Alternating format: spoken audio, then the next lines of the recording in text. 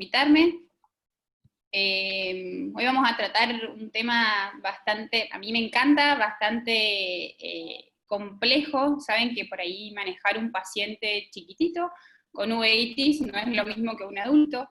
Poder revisar, poder ya contar células, tomar presiones y demás en pacientes que tienen fotofobia y que están molestos es difícil. Imagínense hacerlo todo en diminutivo, es el doble de complejo. Entonces por ahí está bueno tener en cuenta ciertas pautas para decir, bueno, que me llame la atención, saber derivarlo a tiempo, y no perder nada de tiempo en estos pacientes. Entonces, la uveitis en la infancia de los pacientes, los pediátricos que tienen uveitis son bien diferentes a los adultos que tienen uveitis. No es que, creo que la doctora José es la que siempre dice esto, que el niño con uveitis no es lo mismo que un adulto con uveitis, no es que es un paciente con uveitis en diminutivo y se hace todo lo mismo, no, son bien diferentes. Es mucho menos frecuente que las uveitis en adultos, y tiene una incidencia de 4,3 a 4,9 y una prevalencia de 27,9. Tienen muchísimo peor pronóstico los niños con uveitis que los adultos con uveitis. ¿Por qué tienen peor pronóstico? Porque la mayoría de las uveitis, o las más frecuentes, son... Perdón, se me cerró acá. Perdón. Les decía, tienen peor pronóstico porque la mayoría de ellas tienen comienzo asintomático. El niño no le dice a la mamá, mamá, veo mal, veo una mosquita volando, veo un halo de luz, o me bajó la visión, ¿no? Generalmente los niños no nos cuentan nada de eso, entonces la mayoría tienen comienzo asintomático, por lo tanto nosotros lo detectamos de manera muy tardía. Porque generalmente cuando los detectamos es porque estamos ante la presencia de complicaciones, o porque tiene una leucocoria por la catarata, o porque tiene una queratopatía en banda, o porque tiene un estrabismo, porque tuvo deprivación visual de ese ojo, y de repente surge el estrabismo, y ahí es donde nos damos cuenta. Porque son principalmente inflamaciones crónicas de tipo persistente, ¿sí? Con todo lo que esto trae aparejado, porque es muy difícil en muchos casos hacer el diagnóstico. ¿Por qué es difícil hacer el diagnóstico? Porque es difícil revisar a un niñito con uveitis. Imagínense pedirle a un nene de 4 años que se quede quieto y yo contando las células. Realmente es difícil. Porque la mayoría de ellos necesitan tratamiento sistémico, teniendo en cuenta la cantidad de efectos adversos que tienen los tratamientos sistémicos, y que el padre acepte que tenga un tratamiento sistémico. No es lo mismo decirle a un adulto de 50 y 40 años, bueno, va a necesitar tomar meprednisona 1 miligramo kilogramo día por 3 meses, y después le vamos a agregar un tratamiento inmunosupresor, que estos son los parecidos a los que se usan en tratamientos para cáncer, pero no le va a pasar nada. No es lo mismo decirle eso a un adulto que darle ese tratamiento a un niño, donde tenemos los padres, los abuelos atrás que dicen que no, ¿cómo va a tomar esto? Así que es toda una lucha. Y tienen peor pronóstico, por supuesto, por la ambliopía. Imagínense un nene que estuvo con una inflamación durante 2, 3 años y nadie se dio cuenta, que hizo una catarata, que hizo una queratopatía en banda, no aprendió a ver de ese ojito y el ojo se ambliopiza. En cuanto a las etiologías, creo que el doctor Islam les habló ya de esto la otra vez sobre las clasificaciones y demás. Dentro de las clasificaciones, las uveitis también las podemos clasificar en infecciosas, no infecciosas, aquellas que son idiopáticas, o los síndromes de enmascaramiento. Dentro de lo que es la frecuencia en los niños, que también, como les dije, es distinto que en la de los adultos, dentro de las infecciosas, la más frecuente en los niños de encontrar es la toxoplasmosis, ¿sí? Dentro de las no infecciosas, la artritis idiopática juvenil asociada a uveitis anterior, y la parsplanitis, que bueno, ahora van a hablar dentro de un ratito, y las idiopáticas. Acuérdense que un alto porcentaje de uveitis son idiopáticas. Eso no nos tiene que frustrar a la hora de hacer el diagnóstico, pero hay un alto porcentaje de uveitis al cual yo no le voy a poder poner un nombre y apellido y va a quedar como idiopática, y no es que queda como idiopática y no la trato. Hay que tratarla de la misma manera que las otras. Bueno, ahora lo que vamos a hacer es hablar un poquitito de las que son un poquito más frecuentes. Tenemos la artritis idiopática juvenil, es la enfermedad reumatológica más frecuente de encontrar en los niños. Es una enfermedad autoinmune, es multifactorial, tiene cierta predisposición genética, y la uveitis anterior asociada a la artritis idiopática juvenil es la uveitis más frecuente de encontrar en los niños. La edad de comienzo es entre los 6 meses y los 4 años. Imagínense un nene de 6 meses para revisarle las células en el segmento anterior. Casi imposible, les diría. Obviamente que hay que hacer un examen bajo anestesia, que no en todos los casos es fácil hacerlo, no todos tienen acceso a hacerlo, y sin embargo hay que hacerlo, hay que revisarlo, es lo mismo. La forma de presentación de la IJ, esto en realidad es más reumatológico que oftalmológico, pero hay algo que nos tiene que interesar. Puede ser sistémica, poliarticular o oligoarticular. Sistémica es aquella que tiene fiebre, hepatoesplenomegalia, que afecta a muchos órganos y que muy rara vez se asocia a uveitis. O sea, esa sería la que menos nos interesaría. La poliarticular es aquella que afecta a 5 o más articulaciones y se asocia en un 5% a la uveitis. Y la oligoarticular o PAUSI es aquella que afecta hasta 4 articulaciones en todo el ciclo de la enfermedad. Es la que más se asocia a uveitis, un 20% de esta se asocia a uveitis, y es la que en realidad a mí me tiene que hacer abrir más los ojos. No es que si tiene la poliarticular no me importa, pero lo que cambia acá son los controles y la frecuencia de los controles. Por eso es importante que, ok, el paciente tiene IJ, que yo le pregunte como oftalmólogo, decile a tu reumatólogo que me cuente qué tipo de IJ tiene. Tiene anticuerpos positivos, negativos y demás, todo eso importa a la hora de hacerle los controles a los niños.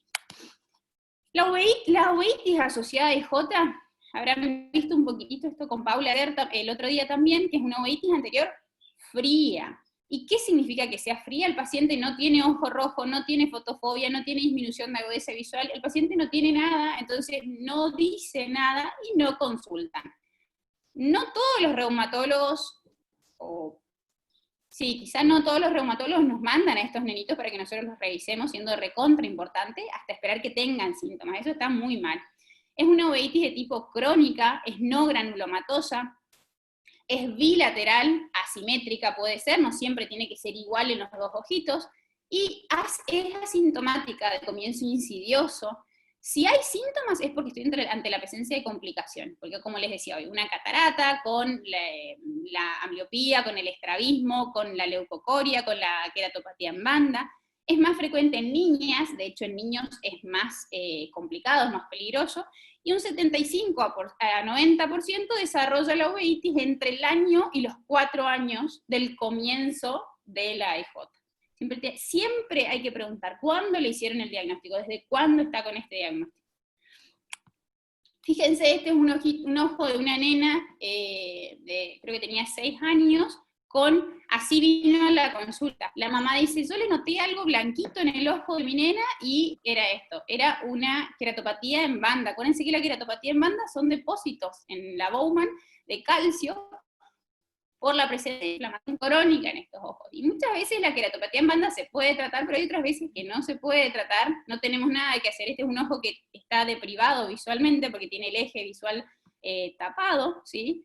Entonces todo esto lo tenemos que evitar. Hoy en día esto se puede evitar. Y este es otro paciente, fíjense cómo también la queratopatía en banda cubre todo el eje visual, o casi todo el eje visual, impidiendo que el paciente vea correctamente y desarrolle su visión.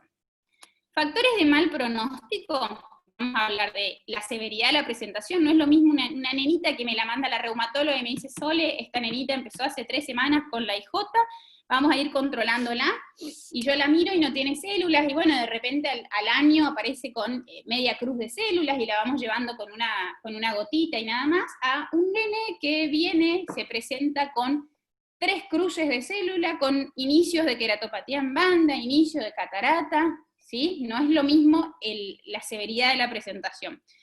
Inflamación persistente a pesar del tratamiento. Hay muchos niños que responden al corticoide, saben que corticoides no le podemos dar toda la vida, y cuando empezamos a hacer el descenso y comenzamos con los inmunosupresores, que uno de los más utilizados es el metotrexato, hay algunos que responden bien, hay otros que no responden a la inmunosupresión, no responden a biológicos, tenemos que hacer rotación de biológicos, los biológicos, como saben, son carísimos, difíciles de conseguir. Después, otra cosa que me va a dar un peor pronóstico es el desarrollo de complicaciones. Ya la presencia o la instauración de complicaciones me habla de peor pronóstico. Que tengan ANA positivo, sí, eso también me habla de peor pronóstico. Que sean varones, menor edad al comienzo de la IJ y de la uveitis, y corto tiempo entre el diagnóstico de IJ y la aparición de la uveitis. Estos son factores de mal pronóstico. Las complicaciones son con las complicaciones de todas las uveitis, no es que son solo de la IJ, de la uveitis anterior asociada a la IJ. Cataratas, queratopatía en banda, sinequias posteriores, hipotonía, glaucoma, edema macular. Pero Les vuelvo a repetir, y perdón que sea pesada con esto, son complicaciones en un nenito, en un nena de 6 años. Entonces fíjense que tratar una catarata es el doble difícil. La queratopatía en banda me lo va a ambliopizar. La presencia de glaucoma también me va a traer ciertas complicaciones. Operar a un nene de glaucoma, imagínense ponerle una válvula o una trave a un nene que no se toque el ojo, ¿sí? Y en cuanto al tratamiento, en estos casos tenemos que ser siempre precoces y muy agresivos. En los nenes la tolerancia es 0. ¿Qué quiere decir esto? La tolerancia es 0 porque Foster siempre dice que en los nenes no quiere ver ni una célula. En un adulto, cuando yo le hago controles de sus uveitis crónicas recurrentes, podemos llegar a tolerar que tenga 3, 4, hasta 5 células, es decir, media cruz de células por campo. Pero en un nene no se tolera ni una célula. El nene los nenes tienen que tener la cámara anterior totalmente limpia, ¿sí? Es distinto al adulto. Y lo más importante en el tratamiento son los controles. Tengo que controlar al paciente. Y usted me va a decir, bueno, ¿cuándo lo controle? Y ahí va a depender. Si hablamos de una IJ sistémica, poli o oligoarticular, ¿sí? Y va a depender también de cómo vino el paciente a verme en la consulta. Lo que a mí me enseñó mi profesor, el doctor Slime, es que primero que si dudo, lo cito. Lo cito todas las veces que sea necesaria. Si dudo, vi células, no vi células, no tengo a nadie que me ayude, bueno, lo cito todas las veces que sea necesaria para sacarme esas dudas. Y segundo, que el nene que tiene AIJ y que tiene que ir todos los meses al reumatólogo porque le tiene que dar un laboratorio todos los meses al reumatólogo, no le va a costar nada venir, pasar 15 minutos por mi consultorio. Entonces nosotros lo que hacemos, generalmente hacíamos cuando yo estaba en Buenos Aires, era hacerle un control todos los meses. No nos cuesta nada verlo, nos quedamos tranquilas. Y de esa manera hemos detectado bastantes niños con inflamación que parecía como subclínica, pero estaba ahí. Si no podemos, nos podemos guiar por ahí por una tabla que ahora les voy a mostrar de cómo hacer los controles. El tratamiento de las uveitis anteriores asociadas a IJ es, en la mayoría de los casos, tópicos. Con tópico alcanza. La IJ en paralelo la va a ir tratando el reumatólogo, que generalmente necesita inmunosupresores y biológicos. Uno de los inmunosupresores que más utilizamos en estos casos es el metotrexato, ¿sí? Importantísimo, otro de los tratamientos que vamos a tener que hacer en el caso de que tenga catarata, glaucoma y demás, esperar el momento adecuado para operar al niño. Acuérdense que en un adulto con inflamación siempre esperamos 3 meses libre de inflamación para operarlo, y en el niño son 6 meses. No toquen un ojo inflamado de un nene, porque sin esperar esos 6 meses de remisión de la inflamación, porque lo único que hacemos es generar un montón de andamios para que la inflamación vaya y se pegotee por todos lados, y vamos a hacer algo muchísimo peor que como está el nene con catarata, ¿sí? Y esta es la tablita que en realidad yo se la pedía a Ale Tártara, que es la genia de la uveitis en los niños, la mejor. Y fíjense que divide según el tipo, si es oligo o poliartritis, y enfermedad sistémica, según ANA positivo o negativo, la edad de comienzo, la duración de la enfermedad, riesgo, y cómo de frecuente tengo que hacer el examen en estos niños. ¿Sí? Después viene otro de las uveitis que son de tipo no infecciosa, que son bastante frecuentes en los niños, que es la uveitis intermedia. Acuérdense que la uveitis intermedia, que después de mí va a hablar otro doctor de esto, así que no me voy a extender mucho en esto, es la inflamación intraocular crónica que se localiza en la base del vítreo anterior, en la par plana y en la retina periférica. Podemos tener causas infecciosas o no infecciosas. Cuando existe una causa le decimos uveitis intermedia. Dentro de las infecciosas, la enfermedad de Lyme, el arañazo de gato, una hepatitis, sífilis, tuberculosis, etc. Y las no infecciosas, como por ejemplo la sarcoidosis, la esclerosis múltiple, entre otras causas. Cuando no tenemos una causa definida, cuando no le podemos poner un nombre y apellido, pero nos encontramos con una uveitis intermedia que presenta snowballs o snowbanks, que son las bolitas esas en el vítreo, ¿sí? O los depósitos de células periféricos en el vítreo, no, le decimos que estamos ante una presencia de una pars planitis. Perdón. La pars planitis es la segunda causa más frecuente de uveitis en los niños, porque dijimos que la primera era la uveitis anterior asociada a IJ. Un 70-90% son bilaterales, a veces suelen ser muy asimétricas, tiene pocos síntomas, el nene no consulta por síntomas. De nuevo, fíjese, la segunda, fría, esta es totalmente fría, me puedo encontrar con 0 células. Estos son nenes que vienen a la consulta por un control escolar, y generalmente son hallazgos, ¿sí? Y los signos que podemos encontrar en estos pacientes son mioesopsias, visión borrosa, ojo blanco, o también podemos encontrar dolor, ojo rojo, fotofobia, pero eso es muchísimo menos frecuente en los niños, más frecuente en el adulto. Y acá tenemos la descripción de la pasplanitis. Poca inflamación en el segmento anterior, o nada de inflamación en el segmento anterior, y la clave acá es que tengo células en el vítreo anterior. No tengo por qué tener células en el vítreo anterior, y en estos pacientes voy a tener células en el vítreo anterior. Entonces, ante la presencia de células en vítreo anterior, por favor, revisen bien a ese nene o nena. Bolas de nieve o bancos de nieve, vasculitis, papilitis, oclusiones vasculares o endotelitis son cosas que me puede generar la pasplanitis. De nuevo, las complicaciones comunes a todas las uveitis.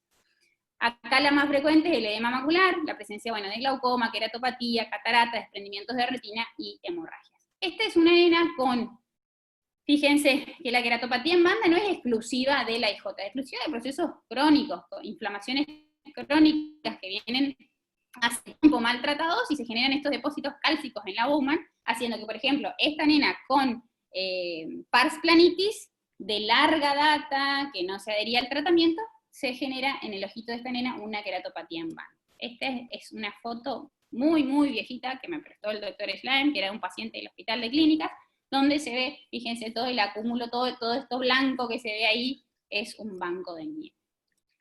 Y en este caso se ven todas esas bolitas blancas flotando en el vítreo, y fíjense que los vasos tampoco están bien definidos, ¿sí? Son imágenes de pasplanitis, y esta es una retinografía, una angiografía de ambos ojos, y fíjense como en tiempos tardíos se ve edema macular, se ve difusión perivascular de colorante y se ve papilitis. Todo lo que podemos encontrar en una nena, en un paciente pediátrico, con una pasplanitis. ¿Cómo hacemos el diagnóstico? Es principalmente clínico el diagnóstico, pero acuérdense que no va a tener ninguna causa, no voy a encontrar un bichito que me esté generando la pasplanitis, ¿sí? Ausencia de compromiso coroides, acá la coroides no tiene nada que hacer inflamada, tengo que tener bajo o nulo compromiso del segmento anterior, y la presencia, por supuesto, de exudados vítreos de par plana, o de edema macular, o de vasculitis, o de papilitis. Y acuérdense siempre esto, sobre todo en los niños, la asociación de la pars planitis y la esclerosis múltiple. ¿A qué me refiero con esto? Que dentro del laboratorio tengo que muchas veces incluir una resonancia nuclear magnética para descartar la esclerosis múltiple. Si no se animan a pedirla, lo que pueden hacer es mandarle una notita al reumatólogo, o al pediatra en este caso, diciendo, esta enfermedad que tiene este paciente puede estar asociada a esclerosis múltiple. Solicito descartarla para evitar, porque generalmente estos niños necesitan también inmunosupresión o tratamiento biológico, y en caso de necesitarlo, jamás puedo dar un tratamiento inmunosupresor o un biológico sin descartar la presencia de esclerosis múltiple, porque puedo matar al paciente. En cuanto al tratamiento, muchos de los casos de pasplanitis los podemos tratar con corticoides tópicos solamente. En algunos casos, si son bilaterales asimétricos y hay un ojo que está más inflamado, utilizamos corticoides perioculares. Generalmente no utilizamos corticoides perioculares si lo tenemos que hacer de manera bilateral. En esos casos ya lo que utilizamos son corticoides orales. Inmunosupresión si no basta con todo esto, y biológicos, como les dije recién, siempre descartar esclerosis múltiple. En algunos casos se utiliza crioterapia o vitrectomía, pero son casos muy, muy reservados. En cuanto a la toxocariasis, que ya es una de las infecciosas, que también por ahí es bastante frecuente en los niños, saben que la toxocariasis es producida por el Toxocara canis o cati. La transmisión de este parásito es por geofagia o oral fecal, porque el nene está en el arenero jugando con la tierra y se lleva la mano sucia a la boca y entra el parásito, o la ingesta de alimentos contaminados. Y una de las cosas que le tenemos que preguntar siempre a los pacientes, a los padres en realidad de estos pacientes, es si tiene el hábito de la pica, de comer cosas que no son comestibles, de llevarse cosas a la boca que no son comestibles, y contacto con cachorritos. Formas de presentación clínica de la toxocariasis es la larva migrans visceral, que en realidad esa no es la que nos interesa a nosotros oftalmólogos, pero lo que me interesa es que vean que la presentación de esta es entre los 15 y 30 meses, son bien chiquititos. En cambio la toxocariasis ocular se presenta más o menos alrededor de los 8,5 años en los niños. Puede tener síntomas, como no, o puede ser un hallazgo. Si tiene síntomas, puede tener disminución de agudeza visual unilateral, puede presentarse con estrabismo o con leucocoria directamente, ¿sí? Y los signos que podemos encontrar generalmente es una cámara anterior totalmente tranquila, fría, porque nosotros lo que nos pasa con la toxocariasis es que rara vez encontramos el cuadro agudo. Nosotros generalmente ya encontramos el granuloma formado, entonces el paciente no va a tener células en el segmento anterior y de hecho ni siquiera va a tener o vitreitis o algo que tenga que tratarlo de manera urgente como por ahí otros parásitos que conocemos. En el fondo de ojos, la forma de presentación de la toxocariasis puede ser un granuloma periférico, que es el más frecuente, que es ese granuloma que lo encontramos bien en la parte periférica y que emite como bandas vítreas que van dirigidas hacia el nervio óptico, que generalmente lo encontramos en exámenes de rutina de los niños. Tenemos el granuloma de polo posterior, que quizá este va a tener más síntomas porque el paciente no va a ver de un ojo. La endoftalmitis crónica, que se puede presentar de distintas formas, o también existen otras formas atípicas. El granuloma periférico, como les dije, que es el más frecuente, se presenta entre los 6 y los 40 años, totalmente asintomático en la mayoría de los casos, es la localización más frecuente, y lo que les contaba recién, es una masa blanquecina en retina periférica, que es el granuloma, y membranas vítreas adyacentes que van hacia la papila o hacia el polo posterior, generando, generalmente esa banda lo que hace es como traccionar y distorsionar todo el polo posterior y los vasos retinianos. Este granuloma puede tener complicaciones, que es el desprendimiento de retina por contracción del granuloma. Por eso muchas veces hemos visto nosotros que hay médicos que intentan operar esos granulomas o cortar esas membranas, y en realidad eso generalmente no está bueno, porque es más la complicación que voy a generar en estos casos. Fíjense esta foto, es re difícil sacar fotos de granulomas periféricos. Ahora, bueno, con el California en realidad es más fácil, pero estos son pacientes que vimos hace mucho tiempo. Fíjense cómo se ve perfectamente el granuloma periférico y las bandas vítreas que empiezan como a ir hacia el polo posterior. Fíjense, este es un caso donde se ve el granuloma periférico en la foto de la derecha, y en la foto de la izquierda vemos cómo las bandas vítreas emergen hacia el nervio óptico directamente, y hacia todos los vasos, y distorsionan totalmente la arquitectura de los vasos retinianos. ¿Se dan cuenta?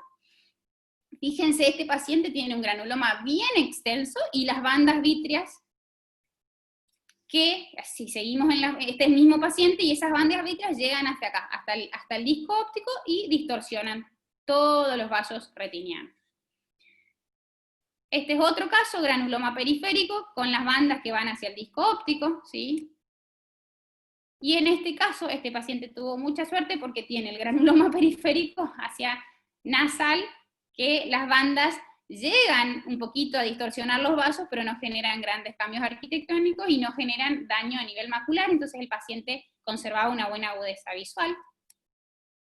Después tenemos el granuloma de polo posterior, que este sí tiene, se da entre los 6 y los 15 años, ¿sí? Una agudeza visual casi siempre afectada, porque como su nombre lo indica, es de polo posterior.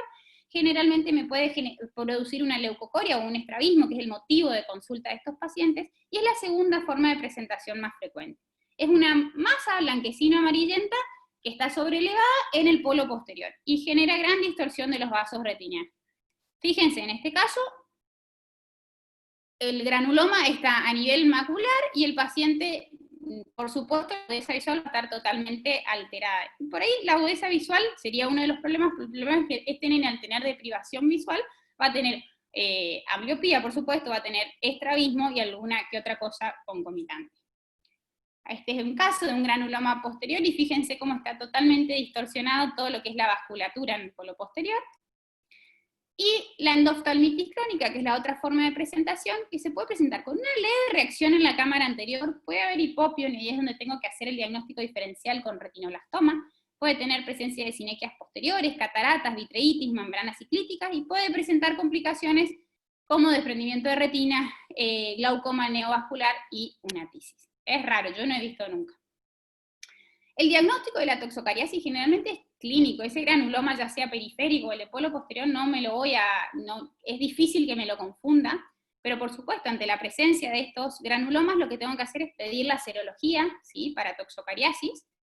En algunos casos tengo que pedir ecografía, y en algunos casos tomografía computada, porque en algunos casos, ¿por qué ecografía? Porque a veces el paciente se le suma una catarata donde no puedo evaluarlo, entonces tengo que descartar en realidad en estos pacientes que no estemos ante la presencia de un retinoblastoma. Acuérdense que estamos hablando de uveitis pediátrica, son todos niños. Factores útiles para diferenciarlo de retinoblastoma, primero la edad de la presentación, que hoy les hacía hincapié. La toxocariasis ocular se presenta más o menos a los 8 años, en cambio el retinoblastoma es entre los 22 y 23 meses, ¿sí? Son bien distintos. El retinoblastoma tiene escasez de signos inflamatorios, no tiene por qué tener inflamación, y el retinoblastoma a lo largo del tiempo va a aumentar de tamaño. La toxocariasis queda siempre igual, el granuloma queda siempre igual. El tratamiento para la toxocariasis, generalmente en muchos casos no hacemos tratamiento porque es un hallazgo, el ojo está blanco, el ojo está quieto, como decimos nosotros, está frío y no necesita tratamiento. Pero en los casos en los cuales veamos inflamación activa, algunas veces es necesario dar corticoides tópicos o corticoides perioculares, porque a veces lo que queda es como una vitreitis residual en ese ojito y que le molesta al paciente. Entonces los corticoides perioculares hemos visto que andan muy bien en estos pacientes. En algunos casos es necesario dar corticoides orales. Antihelmínticos, si vemos que hay actividad del parásito, en algunos casos específicos cirugía, y muy importante profilaxis en los cachorritos. Esto es una parte. Falta más importante, que es nuestra amada toxoplasmosis. Es un ratito más nada más, no los aburro más. Pero dentro de lo que son las uveitis infecciosas, la más frecuente es la toxoplasmosis, que es la principal causa de uveitis posterior en los niños. Representa el 70% de las uveitis posteriores en los niños, ¿sí? Es producida por el Toxoplasma gondii. Mi profesora de parasitología de la universidad me decía que nosotros vivimos inmersos en un mar de toxoplasma, que si hoy hacemos serología a toda la población, un tercio de la población van a estar infectados, ¿sí? La transmisión puede ser congénita, acuérdense que la madre embarazada le puede transmitir al niño, o puede ser adquirida, y la infección puede ser subclínica, como es en la mayoría de los casos, cuando el paciente tiene una lesión, por ejemplo, bien periférica de retinitis, no nos damos ni cuenta, o puede ser severa, como es en el caso de inmunosuprimidos y de los fetos. La toxoplasmosis congénita, lo que me interesa que sepan, a ver, no es una clase de toxoplasmosis global, es simplemente que tengan en cuenta estas cosas de la toxocongénita. La infección congénita, un 30-50% de los recién nacidos con madre serológicamente positiva, embarazada, con serología positiva, va a tener una infección congénita. Y esto es clave que se acuerden. El riesgo de infección es mayor al pasar los trimestres. Lo habrán escuchado 1000 veces, lo que está bueno es entenderlo por qué pasa esto. El riesgo de infección es de un 10 a un 15% en el primer trimestre, pero el riesgo o la severidad es muchísimo mayor, porque imagínense que el feto no está ni formado. Y en cambio, el riesgo de infección es de un 60% en el tercer trimestre. ¿Y por qué es esto? Porque en el tercer trimestre la placenta está casi totalmente vascularizada y el riesgo de que pase el parásito es mucho mayor, pero el feto al estar más formado, el bebé al estar más formado, tiene menos riesgo de padecer otras complicaciones. ¿Se entiende? Entonces siempre acuérdense, el riesgo de infección es mayor al pasar los trimestres y el riesgo de severidad es menor al pasar los trimestres. Son inversamente proporcionales. El diagnóstico de toxoplasmosis congénita, la infección materna puede ser totalmente asintomática. Es de buena práctica de los obstetras pedir en los 3 trimestres la serología para toxoplasmosis, no todos lo hacen. Y el laboratorio, acuérdense que indica contacto con el parásito, no me indica que tiene algo en el ojo sí o sí, me indica, bueno, esta paciente está o estuvo en contacto con el parásito. La IgM y la IgA en el neonato durante los primeros 4 meses son las más importantes, porque acuérdense que la IgG atraviesa la placenta, y en un principio, si yo sospecho de toxocongénita en este bebé, si le pido IgG, me puede dar alta, pero porque es de la madre. Ahora, si no tengo otro método para descartarla, acuérdense que esta IgG tiene que ir en descenso. Si esa IgG permanece alta, ¿sí?, o sube aún más, ahí es indicio de que el bebé nació con toxocongénita. Pero si puedo, y si tengo la posibilidad de hacer una IgM o una IgA, es muchísimo más sensible. Y acuérdense que la seroconversión de la madre puede estar asociada a signos y evidencias serológicas en el niño. El examen postnatal es siempre con fondo de ojos, por supuesto, en realidad a todos los bebés que nacen es obligatorio hacerles fondo de ojos, pero a los nenes que nacen con sospecha o que tengo el diagnóstico certero de toxocongénita, lo que tengo que hacer es más controles que lo habitual. En algunos casos se puede pedir ecografía, biomicroscopía, UVM y estudios del sistema nervioso central, porque acuérdense que el nene que nace con toxocongénita tiene esa triada característica de corioretinitis, calcificaciones cerebrales y convulsiones. Las características clínicas que tiene la toxoplasmosis congénita es que un 20-30% con toxocongénita desarrollan manifestaciones oculares. Pueden ser automáticamente en el nacimiento, o estas lesiones pueden presentarse después, hasta el año de vida, ¿sí? Generalmente me voy a encontrar con una retinitis activa, pero puedo tener también lesiones retinocoroides inactivas, puedo tener vasculitis, hemorragias vítreas, opacidades vítreas y desprendimientos de retina, ¿sí? No va a ser quizá la típica toxo a la que estoy acostumbrada. Lo habitual es encontrarnos con una retinitis acompañada de vitreitis y que se puede asociar o no a una cicatriz previa. Fíjense, esta es una fotografía a color del fondo de ojos del ojo izquierdo de un paciente con múltiples, ¿sí?, cicatrices retinocoroideas, y adyacente a una de las cicatrices se ve una lesión de retinitis activa macular, nueva la lesión. Se ve que son como varias cicatrices, y en la mácula hay como un área más blanquecina que me está dando el indicio de que hay una retinitis activa. Fíjense que es una lesión letina, blanco amarillenta, con bordes algodonosos o poco definidos, el vidrio está del todo claro. Este es el mismo paciente, y fíjense que esta lesión ya está cicatrizada. ¿Cómo me doy cuenta que está cicatrizada? Porque tiene los bordes bien definidos, cambió el color de la lesión, y fíjense que el vitrio está claro también. Este es otro caso de un paciente con una lesión de corioretinitis, una cicatriz de corioretinitis, y esta es la misma paciente unos meses después, que adyacente a la cicatriz corioretinal característica de la toxoplasmosis tiene un área, una lesión nueva, una retinitis, de nuevo, una lesión blanco-amarillenta, retinal. Fíjense cómo exuda la lesión, cómo es bastante extensa, ¿sí?, pegado a la cicatriz. Y en este caso es la misma paciente, pero con la cicatriz, y adyacente a la cicatriz antes se van pigmentando con el tiempo, no es que de entrada son ya hiperpigmentadas, se van pigmentando, primero empiezan a pigmentarse los bordes, y después se termina de pigmentar completamente. Este es otro caso, ¿sí?, con dos cicatrices corioretinianas hiperpigmentadas. ¿Y por qué le mostré esa foto? Por esto. Que la forma más frecuente siempre es la forma unilateral y que no afecta al polo posterior. Ahora, la forma de presentación bilateral y macular tiene muchísima más morbilidad, por supuesto, porque va a estar afectada la agudeza visual del paciente, porque esto se puede sumar una ambliopía con estrabismo y demás, pero esa forma es más frecuente en los recién nacidos y en los niños. ¿Está? Pero siempre la forma más frecuente es unilateral, sin afectación del polo posterior. Bueno, esta es otra imagen, ¿sí?, de cicatrices corioretinianas de toxoplasmosis en pacientes pediátricos, y en este caso, fíjense, otra cicatriz hiperpigmentada, en este caso en el polo posterior, en el ojo derecho, y el ojo izquierdo que no se ve nada. Estas, fíjense con detenimiento, que se ven cicatrices antiguas por debajo, y como pegadito a estas cicatrices hay áreas de retinitis nueva. Esta es una retinitis multifocal en realidad, porque fíjense, acá hay un foquito, pegado a este foco nuevo hay otro área de retinitis, ¿sí? El vitrio no está claro nuevamente. Siempre buscar bien, fíjense, este es el mismo paciente, con lo que les decía hoy, con estas áreas de retinitis ya más definidas, y yéndose hacia la cicatrización.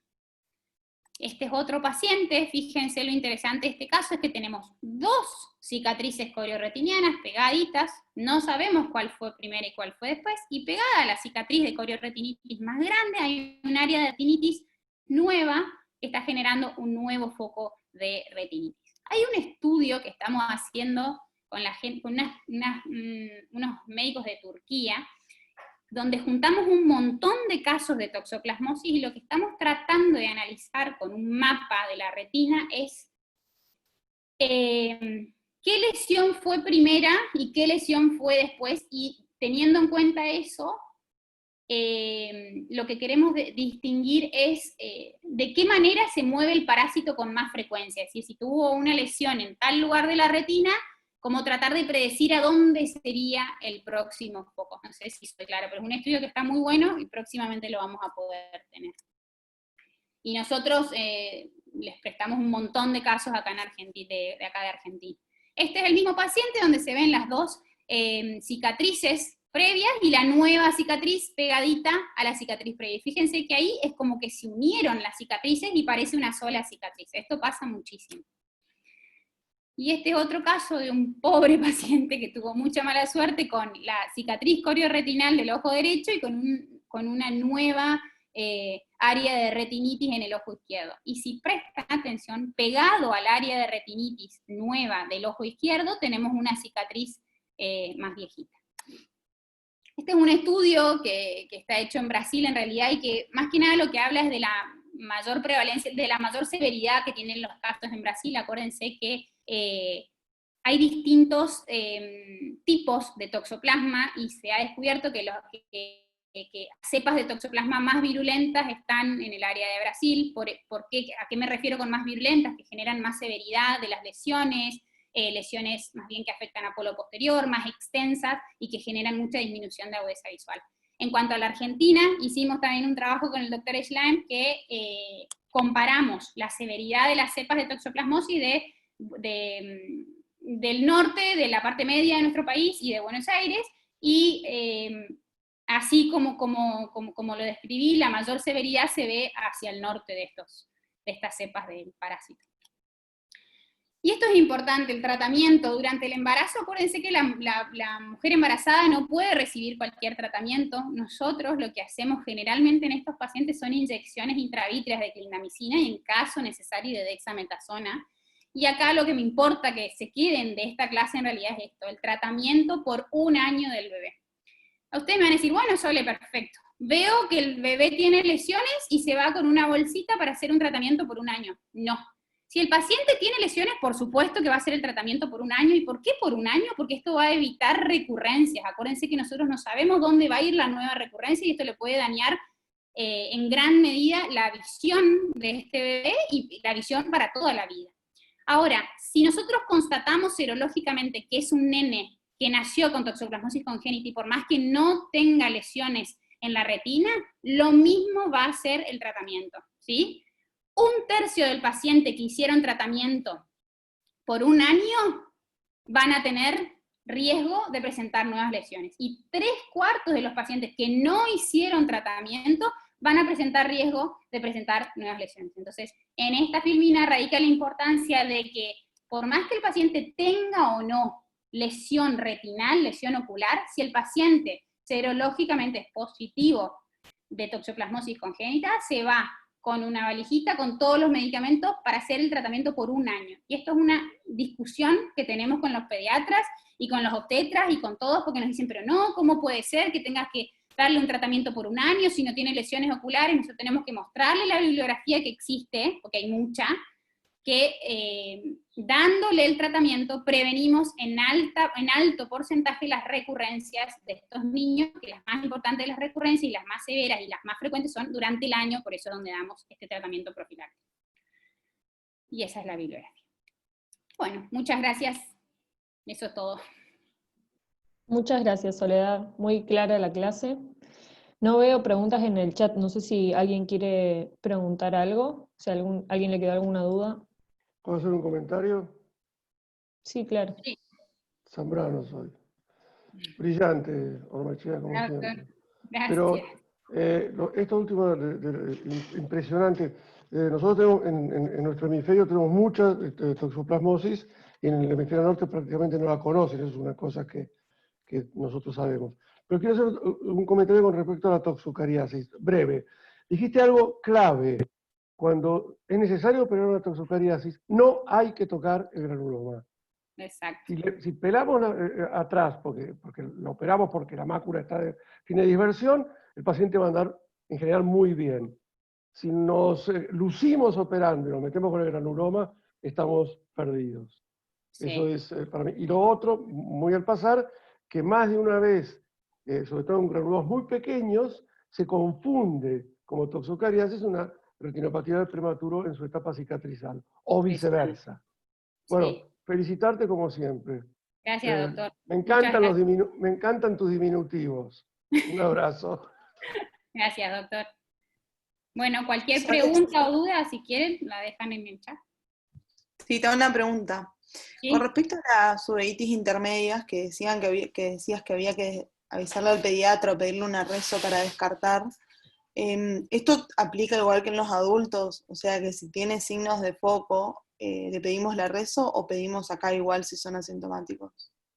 No, aplica lo mismo que decimos siempre en el adulto, pero igual en el caso de los niños, yo personalmente lo que me han enseñado mis profesores es que va sí o sí una nota al pediatra para decirle, mira, este nene tiene una enfermedad que se puede asociar con esclerosis múltiple, yo necesito que vos descartes, lo que pasa es que no lo vamos a someter al nene a una resonancia si no es necesario, entonces lo que va a hacer el pediatra es buscar signos de esclerosis múltiple previo a pedirle la resonancia. Por ahí en el adulto es mucho más fácil y lo podemos hacer un poco más nosotros. Esto me parece que es por ahí territorio del pediatra hacerlo.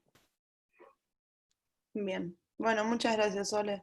Hola De nada. Sole, quiero hacer una Hola. pregunta. Te quiero Sí. felicitar, me encantó tu clase, Caro. Claro.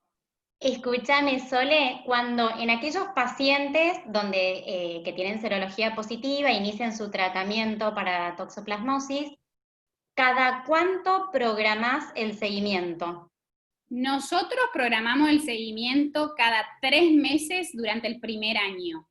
Cada 3 meses. Si, de nuevo, lo que a mí siempre me repetía el doctor Schlein, ¿tenés dudas? Citátelo todos los meses. Si no, cada 3 meses está bien. No, en este caso, el nene no lo tenemos que ver cuando nace y al año. No, acá es cada 3 meses. Re importante, porque las lesiones pueden surgir en cualquier momento. Perfecto, perfecto. Muchas gracias, Sole. Divina tu clase, me encantó.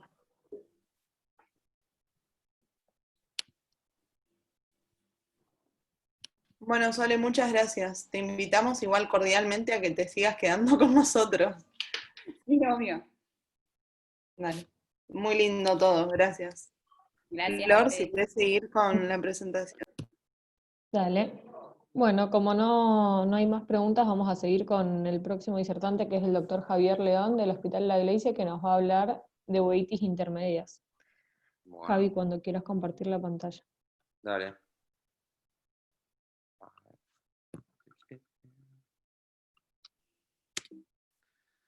Listo.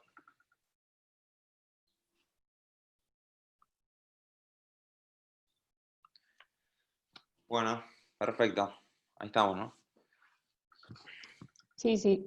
Bueno, vamos a hablar un poquito de uveitis intermedias.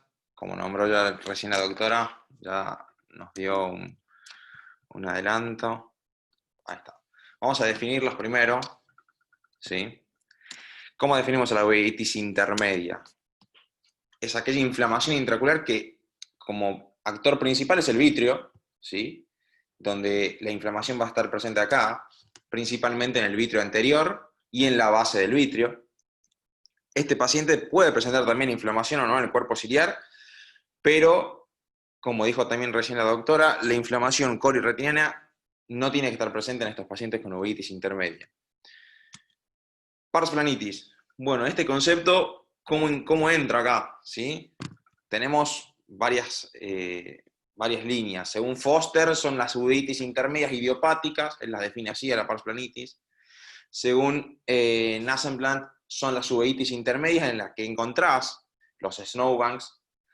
Así que esas son las dos corrientes que tenés de la pars planitis. Vamos a la parte de las generalidades. Como escuchamos recién, es muy frecuente esto en pacientes pediátricos, niños, adultos jóvenes. Este es el rango etario en el cual se va a presentar la uveitis intermedia.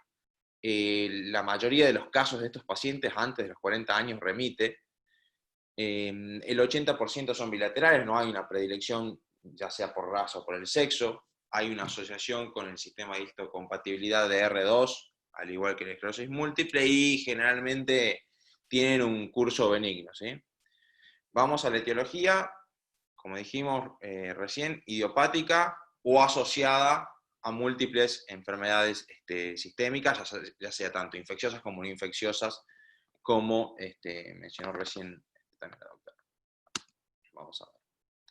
Vamos a la clínica. Dentro de la clínica, las manifestaciones clínicas es muy escasa, la sintomatología es muy poca. El paciente generalmente va a consultar por visión borrosa. La mayoría de los casos el paciente no presenta dolor, no presenta fotofobia, no presenta ojo rojo. Y el motivo de consulta de pérdida de visión abrupta generalmente lo tenemos que relacionar, en el caso de que tengo uveitis intermedia y llegamos al diagnóstico, generalmente va a ser generado por las complicaciones de las uveitis intermedias, que ya vamos a ver más adelante, un hemovitrio, un desprendimiento de retina, porque uveitis sin esa complicación es raro que a pérdida abrupta de visión consulte. Vamos a los signos. El Hayes vitrio, clave, ¿sí? Como sabemos, y en su clasificación desde 0 hasta 4 cruces lo podemos clasificar.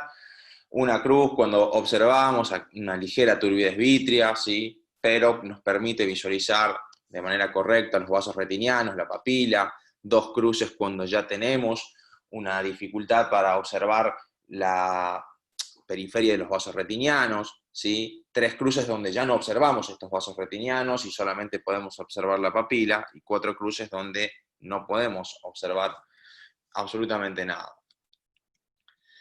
Snowballs. Bueno, vamos a la definición de este concepto, que son agregados inflamatorios blanco-amarillentos, prerretinianos, y que se ubican preferentemente, ¿sí?, en el cuadrante inferior. Como se observa acá, perfecto. No tengo el cursor para mostrar, pero bueno, ahí se ve perfectamente cómo tenemos en la fotito estos snowballs, ¿sí?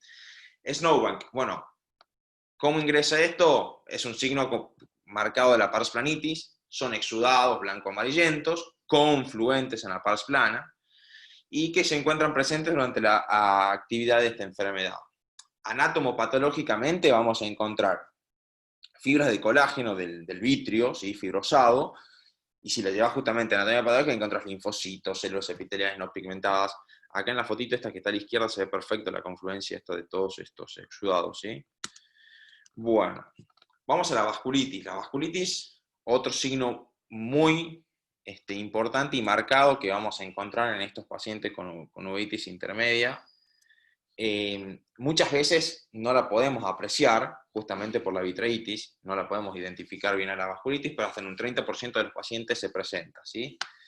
Es predominantemente venosa, y en la fisiopatología nos va a llevar a una periflebitis, oclusión y neovascularización. Acá también se ve en esta geografía, se ve perfectamente cómo tenemos sectores de oclusión y periflebitis en la imagen, ¿sí? Acá, en el fondo de ojo, perfecto, como se ve ahí la oclusión.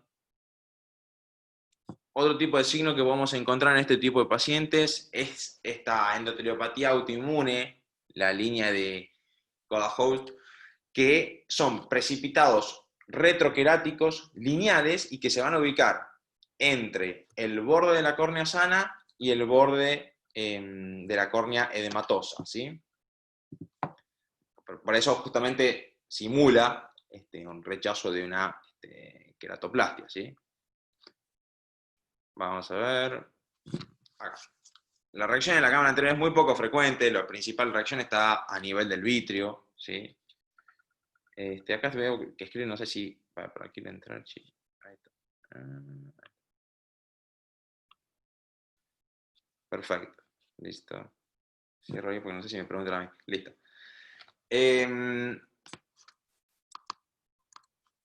Son poco frecuentes, como decía, la reacción en cámara anterior puede estar ausente, y la sinequia, si nosotros revisamos a un paciente primera vez y lo vemos todo sinequiado, es más bien va a ser un paciente pediátrico, y si vemos mucha reacción en la cámara anterior, la vamos a asociar más con enfermedades como esclerosis múltiple o sarcoidosis, ¿sí?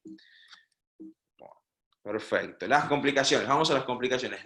Estas dos, primero, la hipertensión ocular se presenta en un 8% de los casos, y va a estar asociado al uso de los corticoides durante el tratamiento, al igual que la catarata, que en el 50% de casos de los pacientes se reportaron cataratas de tipo subcapsular posterior, como se ve en la fotito, es hermosa catarata.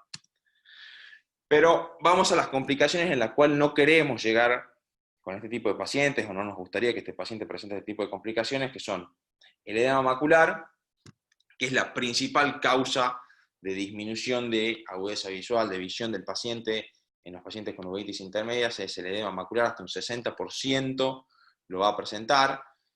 Se reportaron un montón de pacientes con uveitis intermedia que tienen edemas maculares crónicos, muy refractarios al tratamiento, y obviamente esto también va a ir vinculado y relacionado tanto sea por la duración del cuadro y la severidad inflamatoria que presentó este paciente en este edema macular. La neovascularización, como la nombré recién, relacionada con la vasculitis, ¿sí? Se pueden generar membranas ciclíticas, y bueno, hemovitrio como complicación más bien dentro de esta tracción vitreoretinal, que también es otra de las complicaciones graves que nos puede llevar a esta uveitis intermedia, que nos van a llevar a DRs, regmatógenos traccionales, y obviamente el hemovitrio se va a presentar cuando esta tracción vitreoretinal afecte justamente un neovaso. Las membranas epirretinales son raras, y los DRs exudativos también, muy relacionados con este cuadro inflamatorio, están presentes en este tipo de pacientes. Vamos al diagnóstico, que el diagnóstico, claramente con todo lo que acabo de mencionar, es clínico, ¿sí? Es clínico, con las células del vitrio anterior, los snowballs, los exudados en par plana, y la ausencia de infiltración cororetiniana. Los métodos complementarios justamente van a complementar, no van a ser necesarios para llegar a un diagnóstico. Los métodos complementarios, junto con la anamnesis, una buena anamnesis nuestra, nos va a ayudar a llegar a la causa etiológica de esta uveitis intermedia, ¿sí? Donde justamente aquí voy a marcar una serie de cositas, hacer una serie de pautas en las cuales uno en la anamnesis no se puede pasar y que tiene que tener en cuenta. Si nosotros el paciente, por ejemplo, nos refiere fiebre, fatiga, sudoración nocturna, obviamente sospechamos ya causa etiológica sarcoidosis TBC. Lo mismo con disminución en el anamnesis, llegamos a que el paciente sí presenta una disminución a nivel de las piernas, de los brazos. Bueno, sospechamos de esclerosis múltiple, y como mencionábamos recién, a partir de esto, derivarlo al neurólogo con el pedido de la resonancia magnética. Dermatitis, vamos a sospechar obviamente en TBC, enfermedad de Lyme, sífilis, lo mismo para la enfermedad de Lyme acá, con la presencia de las artritis de rodilla, principalmente afecta esta patología como sintomatología. Y si en la anamnesis llegamos que el paciente tiene mucho contacto perro-gato, obviamente, como mencionó también recién la doctora, Bordetelli toxocar. El laboratorio, obviamente, método complementario, va a ir a complementar nuestra orientación clínica. Entonces, según eso, pediremos ECA si sospechamos sarcoidosis, y orientaríamos la serología según la causa en la cual nosotros sospechamos y queremos llegar a determinar. Bueno, el tratamiento son, va a ser obviamente de la etiología, cuando se llegue el diagnóstico, el propio de la uveitis intermedia y de las complicaciones. Como consenso, se determinó que todo uveitis intermedia se trata con una visión menor de 20/40, y Foster agrega esto, que independientemente de la visión 20/40, él se observa edema macular, vasculitis o inflamación por pars plana, trata igual, ¿sí? Un poco más agresivo en eso. Tiene una serie de pasos y escalones este tipo de tratamientos. Vamos a iniciar recién, creo que algo mencionó la doctora recién, corticoides tópicos, perioculares, más perioculares, ¿sí? Prednisolone forte y triamcinolona periocular 40 miligramos, máximo 3 dosis, ¿sí? Y vamos viendo cómo responde el paciente, ¿sí?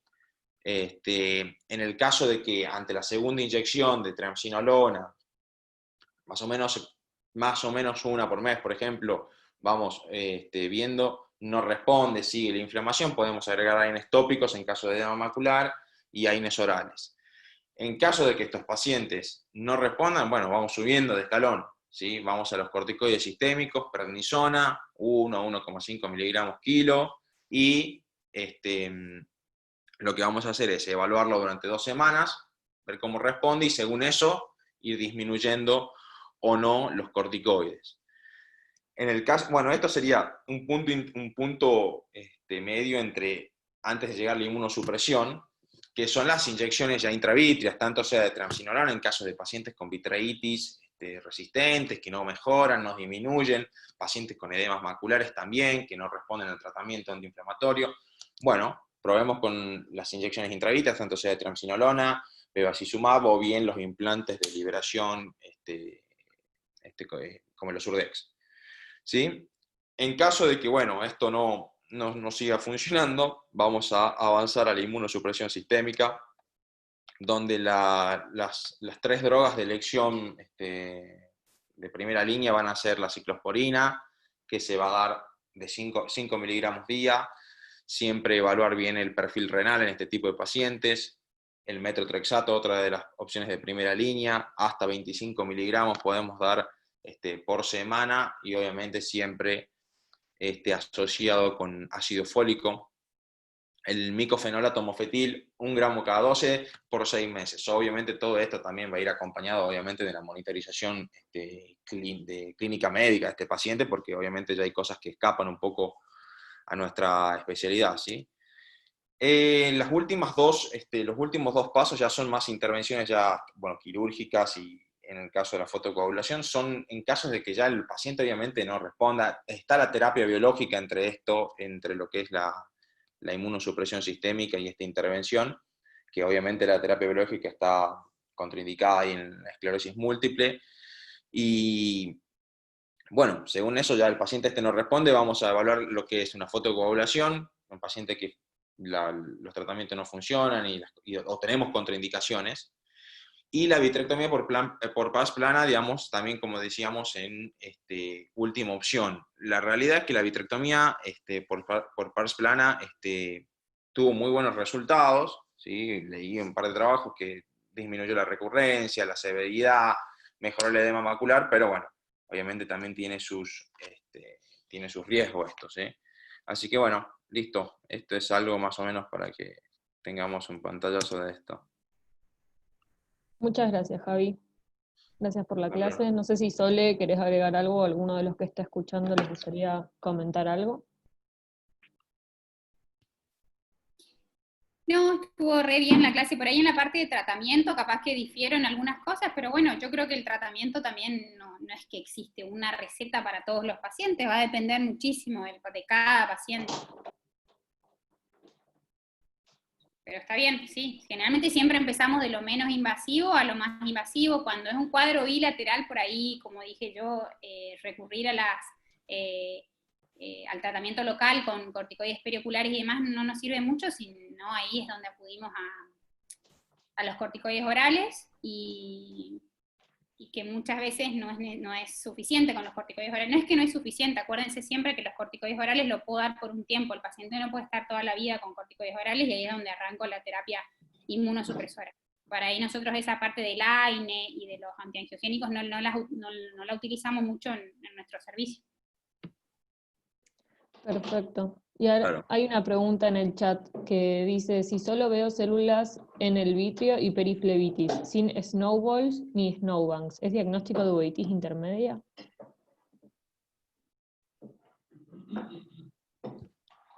Sole. Es para mí. Sí, eso puede ser diagnóstico de uveitis intermedia, tranquilamente. Claro, los snowballs y snowbanks son Sí. para diagnóstico de pars planitis. Exactamente. Perfecto, muchas gracias. ¿Puedo hacer Muchas un gracias a comentario? todos por conectarse y Sole por estar con nosotros desde temprano y quedarte a la segunda charla también. Bueno, gracias. Muy bueno. Gracias. Chau, chau.